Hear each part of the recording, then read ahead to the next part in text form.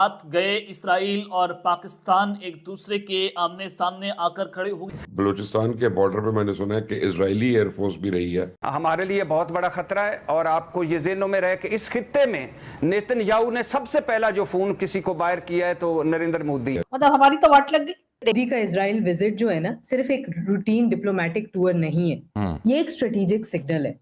India openly Israel के साथ defence, cyber security, missile technology और इंटेलिजेंस कोऑपरेशन डीपन कर रहा है। जो लोगोज लगे हुए हैं या जो तहरीर वहां पर लिखी हुई है वो दुश्मनों के लोगोज हैं। अगर ईरान एक दफा गिर गया तो उसके बाद खुदा न खास्ता तो उस बाद बारी पाकिस्तान की है। इस कंट्री में आप बैठे हैं, वहां पे उन लोगों का कोई ग्रोथ के लिए, तरक्की की कोई ख्वाहिश मौजूद नहीं है। स्टेम सब्जेक्ट्स के बारे में कोई तवज्जो नहीं है। Science, technology, English and math पे कोई तवज्जो नहीं है। एक इंग्लिश चैनल भी नहीं है। बीती रात यानी कि 2 तारीख को पाकिस्तान भर के अंदर इतनी गोलीबारी बमबारी हुई है, पूछने को नहीं। और पाकिस्तान की मीडिया का कहना है कि इजराइल ने ये धमाका हमला जो है वो हमारे यहाँ किया है, लेकिन वहीं दूसरी तरफ तालिबान कह रहा है कि उसने पाकिस्तान के एयर बेसिस पे बमबारी करी और अटैक किए हैं। अब क्या सच्चाई है, क्या पाकिस्तान की मीडिया किस चीज को छुपा रही है, कौन सी सच्चाई छुपा रही है, क्योंकि ये सच्चाई तो ये लोग कभी दिखाते नहीं है अपने पाकिस्तानी मीडिया चैनल्स के अंदर। और वहीं पाकिस्तान की आवाम का कहना है कि रात भर की नींदें जो है उनकी उड़ी हुई, इतने पाकिस्तानी जेट्स जो है वो उड़ते हुए नजर आ रहे हैं। ऑब्वियसली वो पाकिस्तानी जेट्स होंगे, क्योंकि एक दो होते तो माना जाता है इजराइल के या फिर किसी और मुल्क के, लेकिन इतने सारे यानी कि वो पाकिस्तान के ही जेट्स थे। क्यों इतनी जो है टाइट सिक्योरिटी थी रात भर में और लोगों की नींदें उड़ी हुई थी? ऐसा क्या छुपा रही है पाकिस्तान की मीडिया पाकिस्तानी आवाम से? यानी कि दाल में कुछ तो काला है और ईरान के मुद्दे को आगे बढ़ाने के लिए ये लोग अपनी सच्चाई छुपा रहे हैं। लिए तो खतरा है। अगर रिजीम चेंज नहीं होता, जंग जिसके कम चांसेस हैं कंटिन्यू करती है, फिर भी हम सरहद पे हैं। चाइना आपको इसमें नहीं पड़ेगा। चाइना अमेरिका की वॉर लड़ने नहीं जा रहा, because China is a soft baby. लेकिन ये तो कंफर्म हुआ है कि इंडियन एयरफोर्स जो है फजा में थी रात। ये बिल्कुल कंफर्म्ड है। उसके अंदर वजाहत के साथ उसने बताया है कि उनके इंटेंशंस पाकिस्तान के हवाले से क्या। इस कंट्री में आप बैठे हैं, वहां पे उन लोगों का कोई ग्रोथ के लिए, तरक्की की कोई ख्वाहिश मौजूद नहीं है। स्टेम सब्जेक्ट्स के बारे में कोई तवज्जो नहीं है। Science, technology, English and math पे कोई तवज्जो नहीं है। एक इंग्लिश चैनल भी नहीं है। हमारे लिए बहुत बड़ा खतरा है और आपको ये ज़हनों में रहे कि इस खित्ते में नेतन्याहू ने सबसे पहला जो फोन किसी को बाहर किया है तो नरेंद्र मोदी। अगर ईरान एक दफा गिर गया तो उसके बाद खुदा न खास्ता तो उस बाद बारी पाकिस्तान की है। साथ गए इसराइल और पाकिस्तान एक दूसरे के आमने सामने आकर खड़े हो गए हैं। बलूचिस्तान के बॉर्डर पे मैंने सुना है कि इजरायली एयरफोर्स भी रही है। मोदी का इजराइल विजिट जो है ना, सिर्फ एक रूटीन डिप्लोमेटिक टूर नहीं है, ये एक स्ट्रेटेजिक सिग्नल है। इंडिया ओपनली इजराइल के साथ defence, cyber security, missile technology और इंटेलिजेंस कोऑपरेशन डीपन कर रहा है। जो लोगोज लगे हुए हैं या जो तहरीर वहां पर लिखी हुई है वो दुश्मनों के लोगोज हैं। मतलब हमारी तो वाट लग गई। हंगामी मीटिंग इमरजेंसी नाफिज कर दी गई है। अस्पतालों में इमरजेंसी है।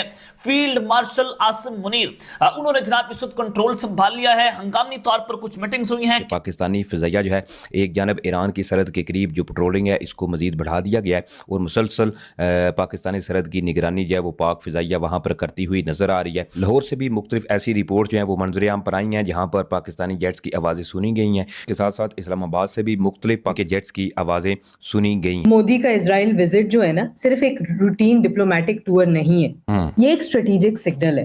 चीन के ऊपर मसले हो रहे थे, किस अरब ममालिक ने उसकी हेल्प की? किसी ने नहीं की। इसराइल का प्लान एक ही है, ग्रेटर इसराइल बनाना है। उसको ग्रेटर इसराइल बनने की तरफ वो ऐसा लग रहा है कि बना देगा वो। उसकी जो पॉलिसी चल रही है, जो 11 ब्रदर्स बैठे हुए हैं, उनकी थिंकिंग अपनी है कि इनको डिवाइड एंड रूल करो। पाकिस्तान को उलझाया, अफगानिस्तान के साथ लाल झंडा लग चुका है। हम लोग किसी से डरने वाले नहीं है। पाकिस्तान ने दिया ईरान को, पाकिस्तान ने दिए हैं। बैकअप पे पाकिस्तान खड़ा हुआ है और फ्रंट लाइन पे भी अभी पाकिस्तान खड़ा हुआ है। पाकिस्तान किसी ने कहा है कि 22 लोग यहाँ मारे गए, वहां मारे गए, इधर मारे गए। चलेगा, उसकी डिटेल्स आ रही हैं, लेकिन यह है कि वो हमारे बलूचिस्तान के बॉर्डर पे मैंने सुना है कि इजरायली एयरफोर्स भी रही है। और देखिए, काफ़ी लोग जो है ना वो इस बारे में बातें कर रहे हैं कि अगर ईरान एक दफ़ा गिर गया तो उसके बाद खुदा न खास्ता तो उस बाद बारी पाकिस्तान की है। और उसके पर ये जो नेक्सस है अफगानिस्तान का, इंडिया का, इसराइल का, ये भरपूर तरीके से उन्होंने तैयार किया हुआ है। लेकिन अल्हम्दुलिल्लाह हमारी फोर्सेस अलर्ट है, अलर्ट के जरिए उनके लिए बड़ा आसान हो जाता है पेनिट्रेट करना और उनको आपको हिट करना। तो अभी उसकी जो आपका सवाल है उसकी details as they filter in अगले 1-2 घंटे में हमें ज्यादा पता चलेगा उसका। लेकिन ये तो कंफर्म हुआ है कि इंडियन एयरफोर्स जो है फजा में थी रात। ये बिल्कुल कंफर्म्ड है। चाइना आपको इसमें नहीं पड़ेगा, चाइना अमेरिका की वॉर लड़ने नहीं जा रहा because China is a soft baby. तो फिर आप क्या ईरान, लेकिन सर गल्फ कंट्रीज कहाँ पे? कहते आज वो होता तो तकदीर बदल जाती मुस्लिम उम्मा की। चीमा साहब ये वो शख्स है जिसने कासिम सुलेमानी की कॉल करके ट्रंप साहब को मुबारकबाद दी थी। ये वो शख्स है। इसके दौर में कासिम सुलेमानी को असैसिनेट किया गया था तो इसने मुबारकबाद दी थी। आज उसकी तस्वीरें मिला, इंसान के पास सेल फोन मौजूद है, वो हमारे रडार पर है, वो हमारे, हम उसको we know what to do with him. जिस तरह उन्होंने पेजर फाड़े थे और फिर जिस तरीके से आज आप क्या करेंगे। तो हमारे अपने नेशनल इंटरेस्ट में ये बात है। ईरान से हमारे पुराने इख्तलाफात, पाकिस्तान की कोई बहुत अच्छे ताल्लुकात नहीं रहे, लेकिन कम अज कम इसराइल तो नहीं है वो ना। इसराइल को तो हम ला के तेहरान में नहीं बिठा सकते। अगर तेहरान में इसराइल आ जाता है और यहाँ पे हमारे मशरक में हिंदू ज़ायनिस्ट बैठे हुए हैं और जो पूरी तरह आपस में जासूसों को, बड़े बड़ी ड्रोन बनाने की फैक्ट्रियां खुद ईरान के अंदर लगी हुई थी और ईरान के अंदर से ड्रोन्स लॉन्च हो रहे थे, मोसाद ऑपरेशंस थे। जब ये लेवल पे गद्दारी और खयानत हो तो रियासत ये दुश्मन को अपॉर्चुनिटी किया कि मत दाखिल होना। पाकिस्तान का स्टांस भी बिल्कुल वाज़ेह है। हमने मिलिटरीली उनकी मदद की है या नहीं की, अब ना भी मुझे मालूम है, ना ईरान ने एक्नॉलेज किया कि ये बहुत अमेरिकन और इसराइली मीडिया और इंडियन मीडिया बहुत ज़्यादा प्रोजेक्ट कर रहा है कि पाकिस्तान जो है वो ईरान की मिलिटरीली भी मदद कर रहा है। इन्होंने देखे क्या है कि वहां कहते हैं CIA फॉलो कर रही थी उनको, उनकी फैमिली को भी। उनकी बेटी थी साथ, उनके दामाद थे, उनकी दोती थी, उनकी टेक केयर करने के लिए, because the man was 86 years old. Islamic उम्मा के नाम पे कुछ करने का सोचता भी तो मिडिल ईस्ट तो पीछे हट गया ना, उस तो खत्म हो गया। वो ऑप्शन ही आपने खत्म कर दिया कि आप, बल्कि वो तो दे आर थिंकिंग कि क्या हम इस पे रिटेलिएशन दें या ना करें। और आई थिंक कि उस रिटेलिएशन को अगर कोई रोक रहा है तो अमेरिका रोक रहा है, क्योंकि अमेरिका नहीं चाहता कि बात और आगे बढ़े। अमेरिका का जो ऑब्जेक्टिव था वो ऑलमोस्ट उन्होंने अचीव कर लिया, लेकिन उस ऑब्जेक्टिव का जो दूसरा पार्ट है कि क्या वहां पे लोकल डेमोक्रेटिक गवर्नमेंट बनेगी। यहाँ पे सबसे ज्यादा टैक्स हुए हैं मगर कोई बहुत डैमेज नहीं हुआ, कोई बहुत ज्यादा जान माल नहीं गया। वो छोटे छोटे अटैक्स थे, उनका कोई बड़ा विशेष नहीं। लेकिन ये ईरान को नहीं करना चाहिए था।